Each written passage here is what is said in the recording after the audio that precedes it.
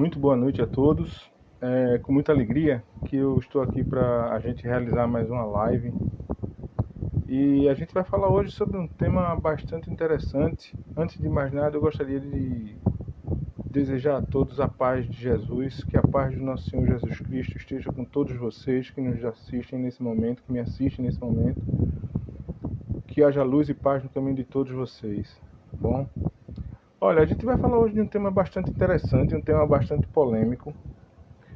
É um tema que se refere à criação e isso vai gerar, com certeza, confusão na cabeça de muita gente. Eu acredito que muitas pessoas não vão gostar muito do tema que está sendo apresentado, né? Mas eu tenho que apresentar esse tema. Eu gostaria de deixar bem claro que o tema que a gente vai apresentar hoje, ele não discorda da Bíblia, tá?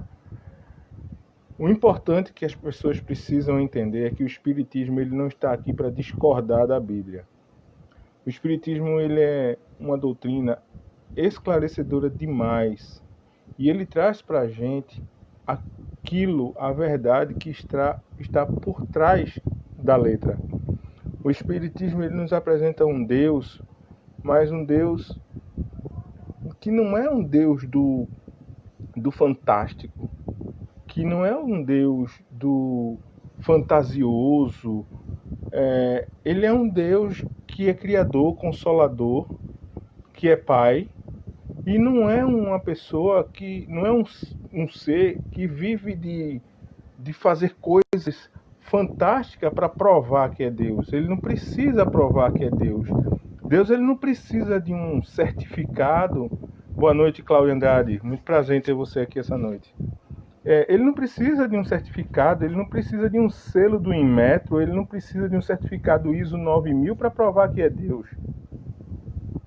Certa vez eu comentei com um amigo que mesmo se toda a população da Terra não acreditasse em Deus, mesmo assim ele continuaria sendo Deus, independente da nossa crença ou não. Tá? E a gente vai falar hoje de um tema polêmico que é Adão e Eva na visão espírita. Tá? Volto a dizer, não é algo que discorde da Bíblia, mas que esclareça fatos por trás daquilo que foi escrito.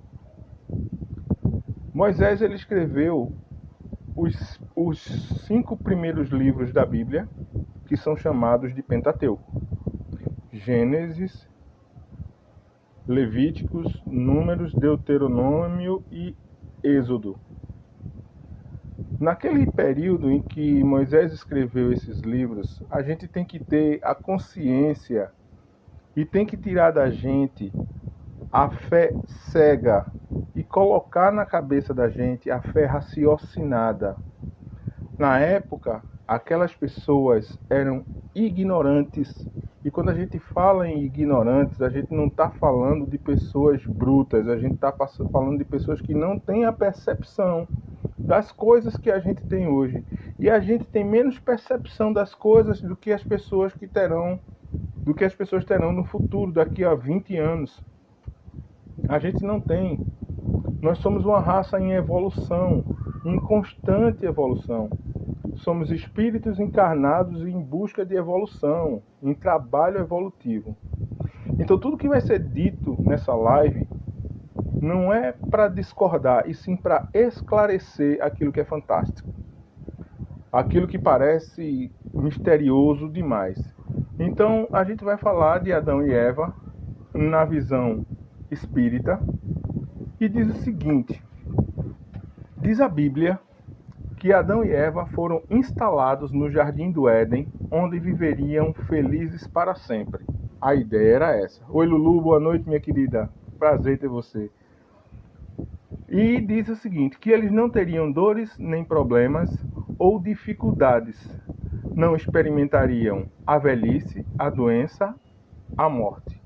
Mas, para que isso fosse possível, Adão e Eva não deveriam comer o fruto da árvore do conhecimento do bem e do mal. Até então, é isso que a gente vê escrito no livro de Gênesis, ok? O fruto, a gente sabe exatamente, e até as pessoas mais... Tati, muito boa noite, muita alegria você aqui. Então a gente sabe que o símbolo, que a maçã, como muita gente fala, e fazem isso de maldade com a maçã, um fruto tão gostoso, tão bonzinho, né? Ele simboliza a maçã. Mas entenderam os estudiosos da Idade Média que ela simbolizava o sexo. Gente, pelo amor de Deus, veja só. Vamos tentar entender essa ideia de raciocínio. O pessoal da Idade Média associou a maçã ao sexo. Tá? Mas por que eles não associaram a uva ao sexo? Por que eles não simbolizaram a jaca ao sexo? A falta de entendimento da época é notória. Quando a gente vai trabalhar nos textos, a gente vê a falta de entendimento dessas pessoas que fizeram essa tradução já na Idade Média. Quando a gente vê que a Bíblia foi escrita séculos e séculos e séculos antes disso aí. Então, mas por que Adão e Eva não deveriam ter relações sexuais, já que possuíam órgãos sexuais conforme ocorre com todos os seres vivos? Por conta dessa extravagante interpretação, durante séculos a atividade sexual foi situada como algo sujo e pecaminoso. Agora vamos parar aí e verificar o seguinte. Por que é que Deus ele daria órgãos sexuais a Adão e Eva? E o mais interessante, ele daria o prazer do sexo. Porque ele poderia ter dado órgãos simplesmente para reproduzir, mas que isso não gerasse prazer nenhum. Ou seja, o sexo é uma coisa ruim? Não, o sexo ele gera prazer, ele é necessário, é uma troca de energia entre as pessoas, entre os espíritos. Ele não é algo maligno, algo maldoso, algo que vai lhe fazer mal. O sexo ele não é algo mal. A obsessão pelo sexo, sim, é algo mal. Tá? Assim como a obsessão por comida, assim como a obsessão por qualquer outra coisa. Mas Deus, ele nos dá o sexo, os órgãos sexuais, e nos dá o prazer pelo sexo. Ou seja, ele mostra pra gente que sexo é uma coisa boa, que pode dar prazer às pessoas. Então a gente analisa ainda que na Idade Média o sexo ele foi tratado como algo sujo, algo pecaminoso, algo de errado. E tanto é que a gente arrastou isso durante gerações. Para a gente tirar isso da mente das pessoas por volta do século dos anos 60, mais ou menos, é que a gente vai começar a tirar isso da cabeça das pessoas, que o sexo ele não é uma coisa maligna. Tanto é que nos anos 70 houve a explosão, a liberação sexual, a liberação feminina pelo sexo. Então, mostra-se que é algo normal, algo que tem que ser desfrutado pelo corpo humano, porque foi nos dado como prazer. E aí a gente pergunta, e se Adão e Eva não tivessem cometido o pecado? Se eles não tivessem praticado sexo, o planeta Terra até hoje estaria habitado apenas por eles? Porque o fruto gerou o pecado, e o pecado gerou o sexo, e o sexo era sujo. Se Adão e Eva não tivessem cometido sexo, não tivessem praticado sexo, a Terra estaria vinculada, aliás, limitada até eles dois. E como Adão e Eva poderiam cometer o crime da desobediência se não sabiam discernir entre o bem e o mal? Ora, Deus criou todos os espíritos simples e ignorantes. Nenhum espírito recém-criado ele tem o discernimento do que é bom e do que é ruim. Ele vai agir aos poucos de acordo com os seus instintos, de acordo com a influência que seus espíritos guias vão lhe colocando na mente. certo? Mas se Adão e Eva não sabiam discernir o que era certo e o que era errado, como é que eles teriam a noção do que eles estavam fazendo era certo ou errado? Se eles não sabiam discernir entre o bem e o mal, não tinham noção do que é certo ou errado, justo ou bom, injusto ou justo ou injusto, desobedecer ou obedecer. Se Deus é bom, e olha que ele é bom, infinitamente bom. Ângela, muito boa noite, seja bem-vinda.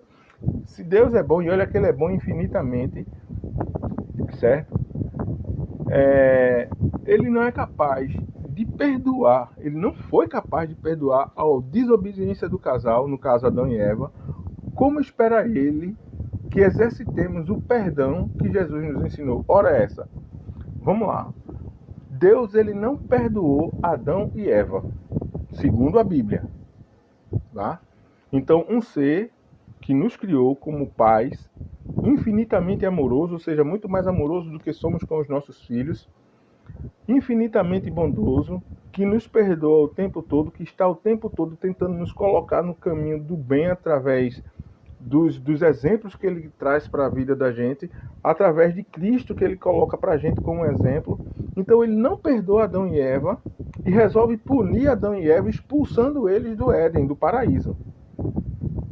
Então como é que Deus, vamos raciocinar, como é que Deus, sendo muito bom, perdoando o tempo todo, ele não perdoa Adão e Eva, expulsa eles do paraíso e espera que toda a humanidade aprenda a perdoar, se nem ele mesmo havia perdoado Adão e Eva? Então será que foi isso mesmo que aconteceu com Adão e Eva? Será que Adão e Eva realmente eles foram expulsos do paraíso? Será que eles pecaram realmente? Ou será que tudo não passa de uma questão de interpretação de palavras que a gente não consegue enxergar ao ler um texto a primeira vez? Uma coisa que é importantíssima quando se lê a Bíblia: interpretação de texto. A gente tem que lembrar o tempo todo que muitas coisas que foram escritas na Bíblia foram escritas para um povo que não tinha compreensão das coisas que nós temos hoje. E que o Cristo, e olha que eu falo já do Cristo, é o Novo Testamento, o Cristo já falava, ele já tinha uma visão muito mais além do que aqui nós temos atualmente e avalie daquele povo daquela época. Então, o Cristo ele já falava de uma forma muito mais avançada e que as pessoas ainda não conseguiam compreender tudo que ele falava. Em determinados pontos da passagem do Cristo, existem momentos que ele é duro, que ele aparenta ser cruel, aparenta ser de uma brutalidade nas palavras, mas não é isso que estava sendo dito na verdade, não era isso que se queria. O Cristo não estava passando a ideia de brutalidade, nem de ignorância, nem de dureza. Cristo foi amor o tempo todo. Tá? Então, por que é que Deus não perdoaria se ele manda Cristo como exemplo para perdoar? Vitor Mateus, muito boa noite, seja bem-vindo. Então, vamos lá. Ele manda Jesus para ser exemplo. Então, seria o caso de Deus ter errado por ter criado dois seres rebeldes, desobedientes e curiosos? Deus errou quando criou Adão e Eva? Deus errou quando não perdoou Adão e Eva? Ou será que tudo é uma questão de interpretação de palavras, de interpretação de texto, que é o que realmente se precisa para quando a gente vai ler, principalmente os textos de um livro sagrado como é a Bíblia? Que eu não estou aqui para discordar dela. Volto a bater nesta tecla e vou bater nesta tecla hoje e provavelmente amanhã. Não estou aqui para discordar da Bíblia, eu estou aqui para ajudar a trazer um esclarecimento sobre aquilo que a gente precisa entender. Tá? Então, a gente sabe que Deus não errou quando criou Adão e Eva. A gente sabe que Deus não criou seres rebeldes. Deus não criou seres rebeldes. Juliane, muito boa noite, querida. Prazer em ter você aqui essa noite. A gente sabe que Deus não erra. Deus ele é perfeito. Ele não erra, ele não falha. Então isso é incontestável, essa questão de dizer que Deus teria errado. Mas, de acordo com Emmanuel, o Espírito Emmanuel, que foi guia, mentor de Chico Xavier, Ele psicografou, Chico Xavier psicografou o livro A Caminho da Luz, que ele foi ditado por Emmanuel. Eles encarnaram aqui na Terra espíritos que foram expulsos. Vamos prestar bem atenção nisso, tá? E isso aqui, mais uma vez eu volto a dizer, é um debate espírita, é uma conversa espírita, inclusive está aberto para perguntas. Quem quiser fazer perguntas pode digitar aqui na tela e fique à vontade. Então é o seguinte, encarnaram aqui na Terra espíritos que foram expulsos de um planeta do sistema Capela. E aí, vamos lá. Engano das pessoas que acreditam que o céu e todas as constelações criadas por Deus, todas as estrelas, estão ali para enfeitar a noite e para a gente ficar observando quando a gente tiver tempo. Todos os planetas são habitados, sim, de uma forma ou de outra. Existem vidas em todos os planetas, ok? Então, voltando. Esses espíritos, eles foram expulsos de um planeta do sistema Capela, que fica na constelação de Cocheiro, situado a 42 anos-luz do nosso planeta. Não é tão longe. 42 anos-luz daqui da Terra não é tão longe, tá? Tais espíritos perderam o paraíso. Vamos começar a associar as coisas. Tais espíritos perderam o paraíso, ou seja, o planeta em que moravam, que era mais evoluído que a Terra, que era mais evoluído para vir morar em nosso planeta na fase primitiva. E quando a gente fala de fase primitiva, a gente fala da fase em que os homens eram selvagens, que os homens eram das cavernas. A gente fala desse período primitivista do homem, primitivo de verdade. Tá? Não é quando o homem aprendeu a falar, não, é quando o homem era primitivo bastante.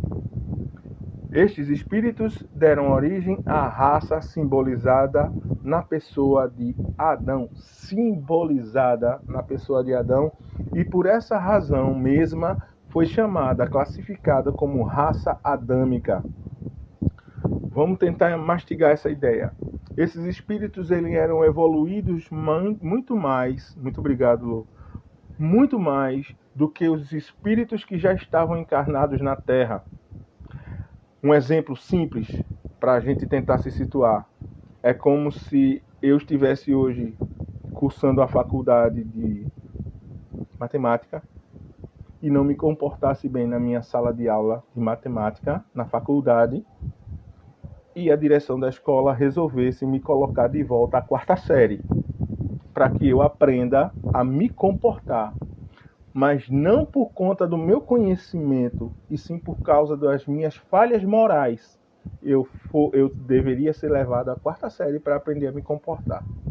Então o que aconteceu com esses espíritos foi isso. Eles deixaram de habitar um planeta mais evoluído por conta das suas falhas morais, não por conta dos seus conhecimentos. E aí eles foram jogados na Terra.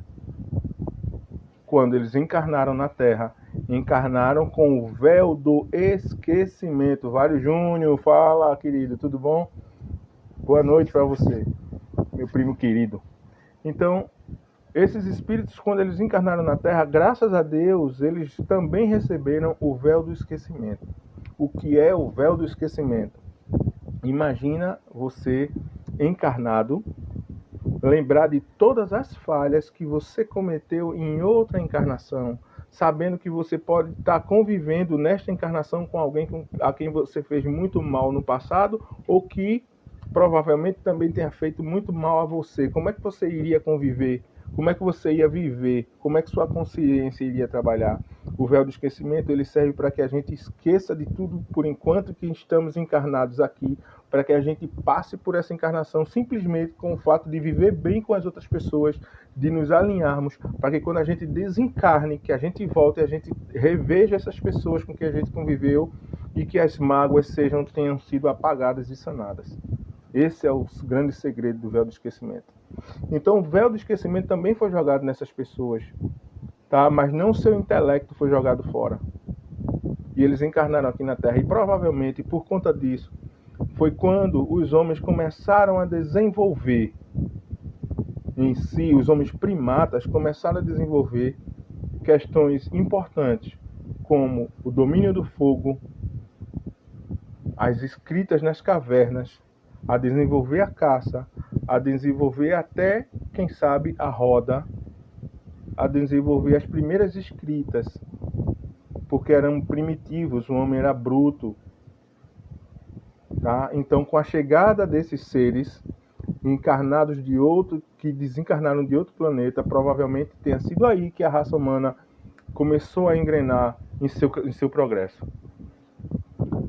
Essa raça adâmica, deixa eu ver aqui, muito adiante do homem terrestre em inteligência e cultura, eles promoveram, esses que chegaram, promoveram notável surto de progresso em nosso planeta. Deles originaram-se o grupo dos Árias, a civilização do Egito, o povo de Israel e as castas da Índia. Aí são citadas 3 civilizações importantíssimas. A civilização egípcia, na minha opinião, uma civilização fantástica, maravilhosamente desenvolvida, que prova por A mais B que o dilúvio não atingiu a crosta terrestre inteira, porque se tivesse atingido a crosta terrestre inteira, como é que o povo de Israel, ao chegar no Egito, havia encontrado uma civilização desenvolvidíssima há milhões de anos? Ou seja, o dilúvio não atingiu toda a crosta terrestre. A civilização egípcia, a civilização do povo de Israel, que é uma civilização magnífica, tá? Desenvolvidíssima, que fez uma diferença muito grande na história da humanidade. E as castas da Índia, tá?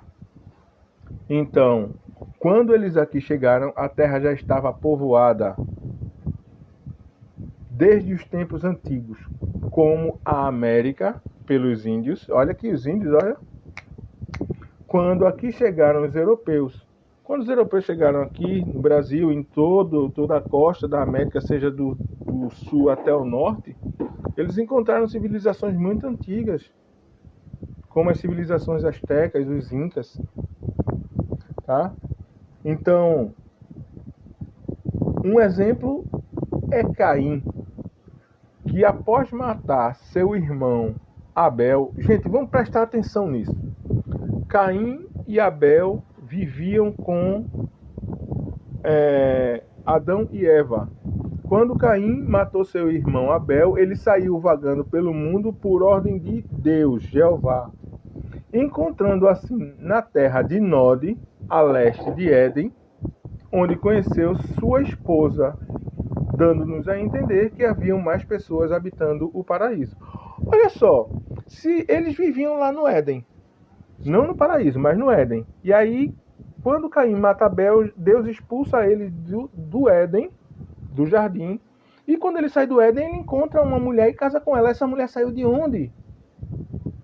Se os únicos habitantes do então paraíso, do então jardim do Éden, do centro da criação de Deus, eram Adão, Eva, Caim, Abel e alguns outros filhos que Adão e Eva tiveram, que provavelmente não foram citados assim a princípio na Bíblia. Então, essa mulher saiu de onde? Se Deus havia começado a criação por Adão e Eva só. E Caim, ele sai e acha uma mulher adulta e casa com ela. Vamos parar para raciocinar, vamos parar para pensar. Tá? Eu não estou aqui, mais uma vez, não estou aqui para discordar, estou aqui para esclarecer e até para jogar uma dúvida no ar. Certo? Então, mas lembramos que, assim como Adão e Eva, Caim e Abel também são figuras alegóricas. Estes simbolizam a personalidade da criatura. Caim e Abel são duas grandes figuras alegóricas jogadas na Bíblia para simbolizar um devotado a Deus, obediente e bom, Abel. O outro rebelde, invejoso, maldoso, chamado Caim. São figuras que mostram claramente a personalidade das criaturas que somos hoje. Temos dentro de nós dois o Caim e o Abel. E no barro citado na Bíblia? A Bíblia diz que Deus tomou um pouco de barro, deu-lhe forma humana, soprou-lhe as narinas e surgiu o primeiro homem. Está lá em Gênesis, de uma forma bem clara. Eu acredito que a coisa não tenha sido dessa forma. E acredito de verdade. Olha, eu já passei por algumas religiões. Eu fui evangélico, eu fui católico. E hoje eu faço parte da doutrina espírita. E nenhuma das vezes, das outras religiões ou doutrinas que eu passei, a história da criação do homem me convenceu. Tá? Quando eu chego na doutrina espírita, isso é me esclarecido de uma forma fantástica e lógica. O que é legal na nossa doutrina é justamente esse esclarecimento, tá? Essa fuga, esse afastamento do que é fantástico, do que é surreal, do que é absurdamente misterioso. Tá? E quando algumas pessoas não conseguem explicar para a gente, dizem que são mistérios de Deus. Então, vamos parar para usar de raciocínio lógico, de fé raciocinada, certo? Há algo de real escondido na fantasia bíblica. Podemos situar o barro como o símbolo dos elementos químicos usados por Deus para criar o homem. O corpo humano ele foi constituído dos elementos materiais básicos desse planeta. Parem e pensem comigo. O corpo humano ele é constituído de vários elementos do planeta Terra: zinco, cobre, ferro, cálcio, água, sais minerais, e aí vai. Isso aí compõe o corpo humano. Quando é dito que Deus tomou o barro, não é que ele pegou um barro massapê que a gente acha ali na esquina ou que a gente vai numa loja ali no material de artesanato e compra um saco de argila, não. Deus ele criou o homem a partir dos elementos da terra. E isso é notório. Quando a gente estuda um pouco mais de espiritismo, a gente vê que isso é que o nosso perispírito, nosso espírito, ele forma seu perispírito, ele forma o seu perispírito com base nos elementos de qualquer planeta que ele trabalhe. Então, quando o espírito ele vai encarnar em determinado planeta, ele utiliza a matéria-prima daquele planeta para poder formar seu perispírito. E também Deus ele forma o corpo daquela criatura, daquele determinado planeta, com base nos elementos daquele planeta, para que ele viva de acordo com os elementos daquele planeta. Ok? Tanto é que a nossa subsistência ela vem desse planeta. A gente precisa dos alimentos que são feitos nesse planeta. Então, o corpo humano ele foi constituído dos elementos materiais básicos desse planeta. E costela, que é dito que Eva foi tirada da costela de Adão, costela significa que a mulher é da mesma natureza do homem, ou seja, ela é igual.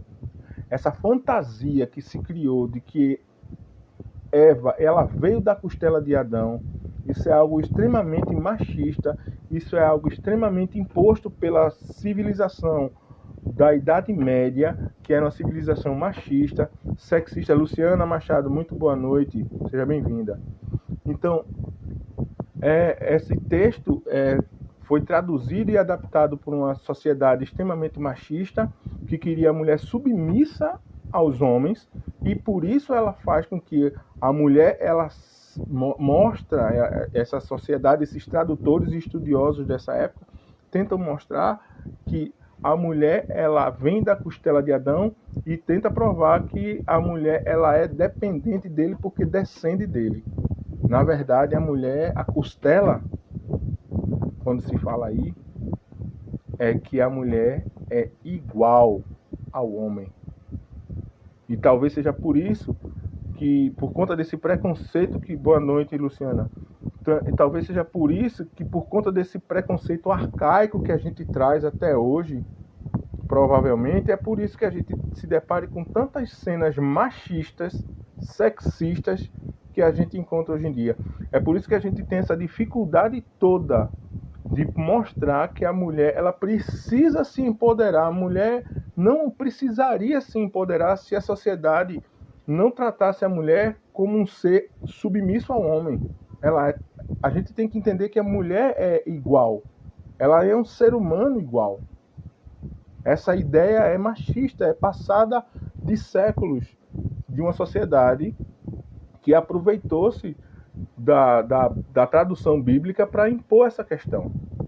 Tá? A costela significa que a mulher é da mesma natureza do homem, da mesma matéria, e não lhe é inferior, mas sua igual. E o homem deve amá-la como parte de si mesmo. Amar ao próximo como a si mesmo, isso é um mandamento bíblico, certo? Lembremos que esta versão, Adão e Eva, foi contada por Moisés a um povo ignorante que não entenderia a história real, tá? Assim como fazemos com nossas crianças sobre vários assuntos. Pensemos, se até hoje muitos não entendem, imaginemos naquela época. E é um fato. Se hoje o que eu estou falando aqui, para muitas pessoas, pode ser algo bizarro, pode ser algo incompreensível, imagine se isso fosse contado para as pessoas daquela época. E é assim que a gente faz com as crianças. Quando a gente quer contar alguma história, alguma coisa que as crianças não conseguem compreender, a gente usa de alegorias. A gente vai falar de sexo com a criança de 5 anos de idade, a gente diz que papai colocou uma sementinha na barriga da mamãe. Gente, pelo amor de Deus, é assim que a gente faz para que as crianças funcionem. Para que as crianças tenham uma percepção básica do que é uma relação sexual, uma percepção infantil do que é uma relação sexual, e que isso constitui no ato de ter filhos, no fato de termos filhos, da reprodução humana. Mas a gente usa de alegorias para poder falar com crianças. Então Moisés utilizou de alegorias para falar com um povo ignorante. Tá? Deixa eu verificar. Então, a raça adâmica, com a raça adâmica aconteceu o mesmo que vem acontecendo com a população do nosso planeta. E isso é importante, e é provavelmente sobre isso que a gente vai falar na live de amanhã. Tá? Eu não vou ter condições de ir adiante, porque o horário já está dando uma estourada. Mas é o seguinte, com a raça adâmica aconteceu o mesmo que vem acontecendo com a população do nosso planeta Terra. Aqueles que persistirem na maldade não reencarnarão mais na Terra. Serão expulsos do paraíso, ou seja, não herdarão a Terra. Cristo, ele fala isso pra gente, tá? Os mansos e humildes herdarão a terra. Os bons herdarão a terra. Aqueles que amam a Deus herdarão a terra. Aqueles que amam o próximo herdarão a terra. Na medida em que retornarem ao além, ou seja, ao desencarnarem, haverá separação do joio e do trigo. E é sobre essa separação do joio e do trigo, sobre essa questão de herdar a terra, de não reencarnar mais neste planeta, que a gente vai falar amanhã. A gente encerra a nossa live hoje aqui, tá? Mas amanhã a gente vai falar dessa questão de tudo que está acontecendo e sobre tudo que poderá acontecer, tá bom? A gente vai falar inclusive sobre essa questão de pandemia que vivemos, ok? Então amanhã a gente continua essa live, para ela não ficar muito extensa, para não gerar muito problema de horário e tal. Mas amanhã eu prometo que a gente retorna, a gente dá uma revisada bem rapidinha sobre tudo que a gente falou sobre hoje aqui, sobre isso. Mas eu gostaria muito de agradecer as pessoas que participaram. Alexandre Caetano, meu primo, muito boa noite. Seja bem-vindo. Pena que chegou no final. Mas eu vou deixar essa live aqui no Facebook, tá? Para quem quiser assistir, a gente já está encerrando, infelizmente. Tem pessoas maravilhosas chegando aqui. E amanhã a gente volta e a gente vai falar exatamente dessa questão do que vai acontecer com o nosso planeta, tá? O quanto é importante a gente compreender tudo que a gente passou desde Adão e Eva até a nossa chegada, até onde a gente chegou hoje, e o que vai acontecer com a gente na próxima fase que o planeta vai passar, e na verdade ele já está começando a passar. É por isso que a gente vai entender tantos desencarnes, tanta morte nessa pandemia e tanta coisa que ainda está por vir. Tá bom? Um abraço a todos vocês que participaram. Eu agradeço muito a presença de todos vocês. Desejo que Deus ilumine a vida de todos vocês, que vocês tenham uma noite abençoada. Que os anjos de guarda de vocês estejam aí protegendo a todos vocês, iluminando os caminhos de todos vocês com a permissão da espiritualidade e, melhor ainda, com a permissão do nosso Pai amado. Tá bom? Um abraço a todos. Que Deus abençoe. Até amanhã.